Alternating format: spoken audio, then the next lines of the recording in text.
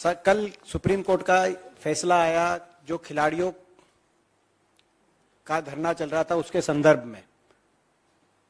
लंबे समय से कि खिलाड़ी न्याय की गुहार कर रहे थे।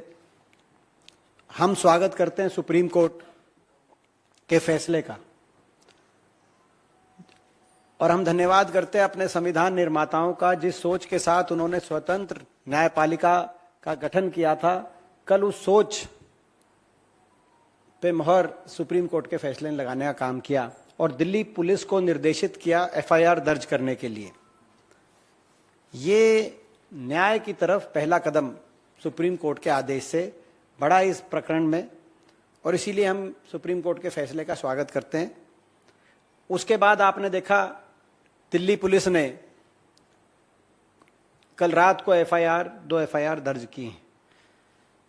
एक एफआईआर की कॉपी जो पीड़ित है उनको मिल चुकी है और जो दूसरी एफआईआर है जिसमें पॉस्को के अंतर्गत जो एफआईआर दर्ज की गई है वो अभी जो पीड़िता है उसके पिता जाकर थाने से वो एफआईआर की कॉपी आएगी। तो जब एफआईआर दोनों मिल जाएंगी, सारी धाराओं का अध्ययन करके उस पर टिप्पणी की जाएगी। लेकिन हम ये मांग करना चाहते हैं कांग्रेस पार्टी की तरफ से, ये इतने गंभीर आरोप लगे हैं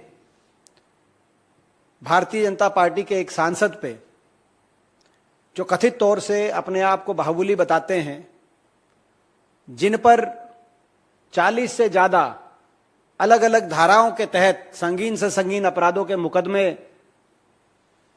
जिन पे चल रहे हैं, जो एक वेल नोन हिस्ट्री शीटर हैं। ऐसे आपराधिक प्रवृत्ति के व्यक्ति पे जब इस तरह के आरोप लगे, जो भारतीय जनता पार्टी के सांसद और रूलिंग पार्टी के, तो इसमें दिल्ली पुलिस तुरंत प्रभाव से ना सिर्फ एफआईआर रजिस्टर करे मगर उनको गिरफ्तार भी करने का काम करे। ये हमारी मांग है, क्योंकि अगर वो बाहर रहेंगे तो जांच को निश्चित तौर से प्रभावित करेंगे।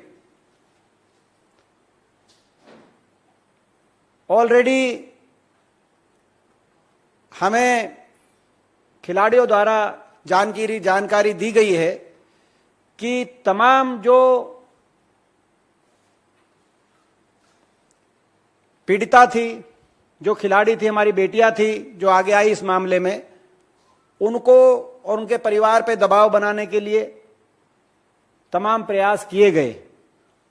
कोर्ट भी, न्यायपालिका भी इस बात का संज्ञान ले, ऐसा हम आग्रह न्यायपालिका से भी करते हैं और मुझे विश्वास है न्यायपालिका इस बात का संज्ञान लेगी कि इस तरीके से प्रभावित करने के प्रयास जारी हैं और उसमें सबसे महत्वपूर्ण, उनको तुरंत प्रभाव से गिरफ्तार किया जाए, उनको सारे पदों से बर्खास्त किया जाए जो रेसलिंग फेडरेशन के पद उनके ऊपर हैं, उन सभी, ताकि वो प्रभावित इसको नहीं कर पाए। हम दिल्ली पुलिस को भी कटघरे में खड़ा करना चाहते हैं। ये वही दिल्ली पुलिस है जब भारत जोड़ो यात्रा में राहुल गांधी जी ने जम्मू कश्मीर में कहा कि उनको कोई मिला वहां, वो यहां पे घटित नहीं हुआ मामला, लेकिन दिल्ली पुलिस अगले दिन हमारे कांग्रेस के सांसद राहुल गांधी जी के घर पूछताछ करने पहुंच गई और यहां पे एक सांसद हिस्ट्री शीटर, 40 मुकदमे जिन पे चल रहे संगीन धाराओं में, 8 देश की शान, हमारी बेटियां जिन्होंने देश के लिए पदक लाने में कोई कसर नहीं छोड़ी, उन्होंने जब इनके खिलाफ कंप्लेंट दी तो ये दिल्ली पुलिस टस से मस नहीं हुई। दिल्ली पुलिस ने कोई एफआईआर दर्ज नहीं करी जब तक सुप्रीम कोर्ट ने उसको निर्देशित नहीं किया। तो ये दिल्ली पुलिस के दोहरे मापदंड, सत्ता पक्ष के लिए एक और विपक्ष के लिए एक। दिल्ली पुलिस कटघरे में है, कमिश्नर दिल्ली पुलिस इस पर स्पष्टीकरण दें, गृह मंत्री इस पर स्पष्टीकरण दें। दिल्ली पुलिस पूर्णतः कटघरे में। एक और हम बात कहना चाहेंगे, माननीय प्रधानमंत्री जी, जब हम आपसे ये न्याय की गुहार, ये खिलाड़ी भी आपसे लगा रहे हैं, लगातार आपसे खिलाड़ी न्याय की गुहार लगा रहे। 3 महीने पहले जब ये पहली बार बैठे थे धरने में, तब भी आपसे न्याय की गुहार लगा रहे थे प्रधानमंत्री जी। और हम भी आपसे सवाल पूछना चाहते हैं, जब ये मेडल लेके आए तो आपने अपने घर बुला के इनके सत्कार में और इनके प्रतिष्ठा को, अपनी प्रतिष्ठा दिखलाने में को कसर नहीं छोड़ी। आपने विनेश को तो कहा कि ये तो मेरी परिवार की है, लेकिन ये लगातार इंसाफ और इज्जत के लिए जब आपसे गुहार कर रहे हैं ये खिलाड़ी, तो अभी तक आप मौन धारण किए हुए हैं। आपने एक शब्द भी नहीं कहा। कितना घोर ये देश में अन्याय हो रहा है। इसके साथ साथ पिछले 3 महीने की जो सरकार द्वारा कार्रवाई की गई, उससे भी पूरा खेल मंत्रालय और भारत सरकार कटघरे में आती है। सरकार की नीयत एक्सपोज हो गई। ये कांग्रेस पार्टी का स्पष्ट रूप से हमारा सरकार के प्रति आरोप है। इसमें सरकार की नीयत बेसंदेह नहीं है, मगर नीयत स्पष्ट हो चुकी है। सरकार की नीयत आरोपी व्यक्ति को बचाने की रही। 3 महीने पहले कल सुप्रीम कोर्ट के फैसले ने यह तय कर दिया कि 3 महीने पहले जब ये खिलाड़ी बैठे थे तभी इनके साथ न्याय होना चाहिए था, एफआईआर दर्ज होनी चाहिए थी, आपराधिक धाराओं में कार्रवाई तभी शुरू होनी चाहिए थी। लेकिन 3 महीने तक इनको आपराधिक धाराओं पर मुकदमे दर्ज होने से और न्याय से वंचित रखा गया। ये कमेटियों के दर दर ठोकरे खाई खिलाड़ियों ने, और सरकारी तंत्र ने शरण सिंह को शरण देने का काम किया। सरकारी तंत्र ने आरोपी को संरक्षण देने का काम किया और इस मामले को रफा दफा करने के प्रयास किए। हमारी मांग है कि यह भी जांच हो, कौन कौन सरकार में वो लोग थे, कहां कहां तक तारे जुड़ी हुई थी, जो हमारी बेटियों को की आवाज दबाने और आरोपी को बचाने के लिए 3 महीने तक प्रयत्नशील कर रहे थे। अंततः सुप्रीम कोर्ट ने उनकी आवाज सुनी, सरकार ने उनकी आवाज अनसुनी कर दी। आज ये पूरा देश देख रहा है। सरकार के नारे खेलो इंडिया और बेटी बचाओ बेटी पढ़ाओ, आज ये नारे खोखले दिखाई दे रहे हैं। मैं अंत में आखिरी बात कहते हुए, हमारी खिलाड़ी बहन कृष्णा पुनिया जी, वो भी आपके बीच में अपना दृष्टिकोण इसमें रखेंगी।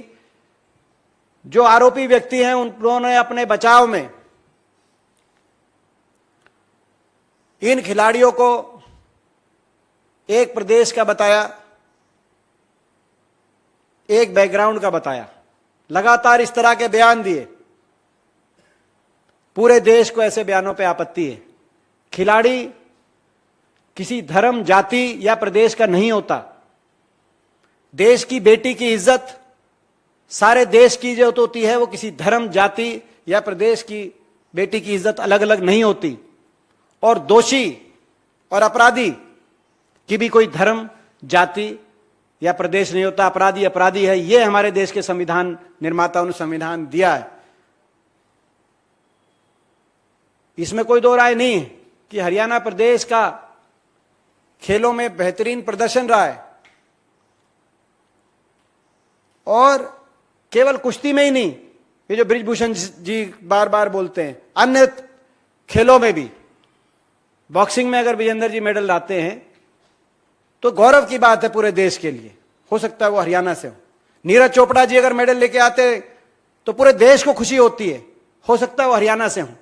क्या हर फेडरेशन के अंदर हरियाणा के खिलाड़ियों का अच्छा प्रदर्शन रहा है? ये कोई एक प्रदेश की बात नहीं, ये देश की बात है। कॉमनवेल्थ खेल हुए दिल्ली के अंदर, 39 गोल्ड मेडल में से 22 गोल्ड मेडल अकेले हरियाणा खिलाड़ी लाए। जितने रेसलिंग के गोल्ड मेडल आए हैं वो लगभग हरियाणा खिलाड़ी आज तक लेके आए हैं। यही बॉक्सिंग की बात है।